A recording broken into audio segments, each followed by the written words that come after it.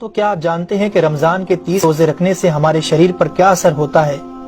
اس پر جاپانی سائنسدان نے ایک بڑی کھوج کی ہے جس کا جاننا ہر مسلمان کے لیے بے حد ضروری ہے۔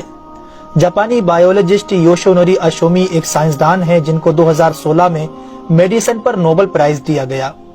ان سے جب پوچھا گیا کہ آپ نے کون سی ایسی چیز بنائی ہے جس کی بنا پر آپ کو دنیا کا سب سے بڑا انعام نوبل پرائز دیا جا رہا ہے، تو انہوں نے کہا تھا کہ میں نے کینسر کی ممکنہ دوا کھوج لی ہے، اور اس بات پر دنیا نے بڑے پر انداز میں ان کی کاوش کو سراہا اور مبارکباد دی گئی۔ اس کے بعد ڈاکٹر یوشینوری اشومی نے کہا کہ میں نے کینسر کی دوا نہیں بلکہ کینسر سے بچاؤ کا حل تلاش کر لیا ہے۔ تو لوگوں نے ان سے پوچھا کہ بتائیے ایسا کیا کیا جائے کہ کینسر جیسے خطرناک مرض سے بچا جا سکے؟ تو انہوں نے کہا کہ جب ہم بھوکا رہتے ہیں تو ہماری باڈی میں موجود غذائیت ختم ہونے لگتی ہے، جس کی وجہ سے جسم بھوک محسوس کرتا ہے۔ اگر اس بھوک کے دوران جسم تک کھانا نہ پہنچے تو ہمارا جسم بھوک کی شدت کی وجہ سے اپنے اندر موجود ان زہریلے سیلز کو کھانا شروع کر دیتا ہے جو کینسر کا سبب بنتے ہیں۔ اس عمل کو میڈیکل کی لینگویج میں آٹوفیگی کہا جاتا ہے۔ اگر آپ چاہتے ہیں کہ آپ کا جسم ایسے بیمار سیل سے پاک ہو تو آپ کو بھوکا رہنا چاہیے۔ جب ایسے سیلز مرنا شروع کر دیتے ہیں تو کینسر کا پرسنٹیج کم ہو جاتا ہے۔ اس کے بعد جاپانی سائنسدان سے پوچھا گیا کہ انسان کو سال بھر میں کتنے دن بھوکا رہنا چاہیے کہ اس میں کینسر نہ پایا جائے؟ تو انہوں نے کہا کہ اگر 20 سے 25 دن کم سے کم اور 9 سے 10 گھنٹے بھوکا رہا جائے تو اس کی باڈی ایسے تمام زہریلے سیلز کو کھا جائے گی اور اس میں کینسر نہیں ہوگا۔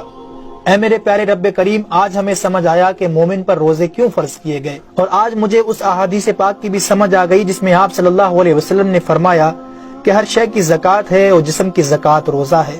سبحان اللہ! میں قربان جاؤں ایسے سچے دین پر جس نے عبادت کے اندر بھی بیماریوں کا علاج رکھا ہے۔ دوستو، اسلام وہ دین فطرت ہے جو زندگی کے ہر شعبے میں راہ اعتدال کی تعلیم دیتا ہے۔ اس لیے آج نہ صرف مغرب میں زیادہ کھانے کو ناپسند کیا جاتا ہے بلکہ اسے انسانی صحت کے لیے بھی نقصان دہ سمجھا جاتا ہے۔ اللہ تعالیٰ نے اپنے پیارے محبوب حضرت محمد صلی اللہ علیہ وسلم پر وحی نازل فرمائی، کھاؤ پیو اور حد سے نہ بڑھو، بے شک وہ حد سے بڑھنے والوں کو پسند نہیں فرماتا۔ اس کے علاوہ حضرت ابو ہریرہ رضی اللہ تعالیٰ عنہ سے روایت ہے کہ رسول اکرم صلی اللہ علیہ وسلم نے ارشاد فرمایا، کھاؤ پیو اور پہنو اور خیرات کرو بغیر فضول خرچی اور تکبر کیے۔ دوستو، انسان کو کھانے کی صرف تھوڑی سی مقدار کی ضرورت ہے جو انسانی جسم میں توانائی پیدا کر سکے، جتنی توانائی انسانی زندگی کے لیے ضروری ہے، اور جس سے اس کی صحت اچھی رہے اور وہ اپنی روزمرہ کی ذمہ داریاں پوری کر سکے۔ انسانی جسم کو جتنا کھانے کی ضرورت ہے اس سے زیادہ جسم میں داخل ہونے والا کھانا چربی بن جاتا ہے، جس کی وجہ سے انسان کا جسم بڑھ جاتا ہے، اس کی رفتار سست ہو جاتی ہے اور وہ بہت زیادہ تھکن محسوس کرنے لگتا ہے۔ اس کے علاوہ انسانی جسم بہت سے امراض کا شکار بھی ہو جاتا ہے۔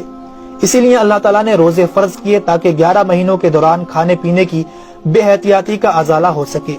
قرآن پاک میں اللہ تعالیٰ نے روزے رکھنے کا حکم ان الفاظ میں بیان فرمایا ہے، اے ایمان والو، تم پر روزے فرض کیے گئے جیسے کہ تم سے پہلوں پر روزے فرض کیے گئے تھے تاکہ تم پرہیزگار بن جاؤ۔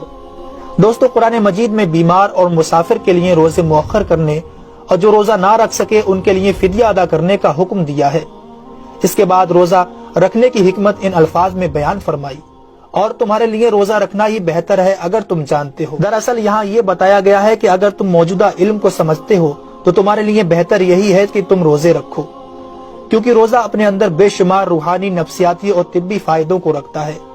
روزے کی طبی افادیت کی طرف نہایت مختصر مگر جامع اشارہ نبی اکرم صلی اللہ علیہ وسلم نے ان الفاظوں میں بیان فرمایا، روزے رکھو اور تندرست ہو جاؤ۔ اللہ رب العالمین ہم سب کو اس مہینے میں زیادہ سے زیادہ نیکیاں کرنے اور سارے روزے رکھنے کی توفیق عطا فرمائے، آمین ثم آمین۔ تو کیا آپ جانتے ہیں کہ رمضان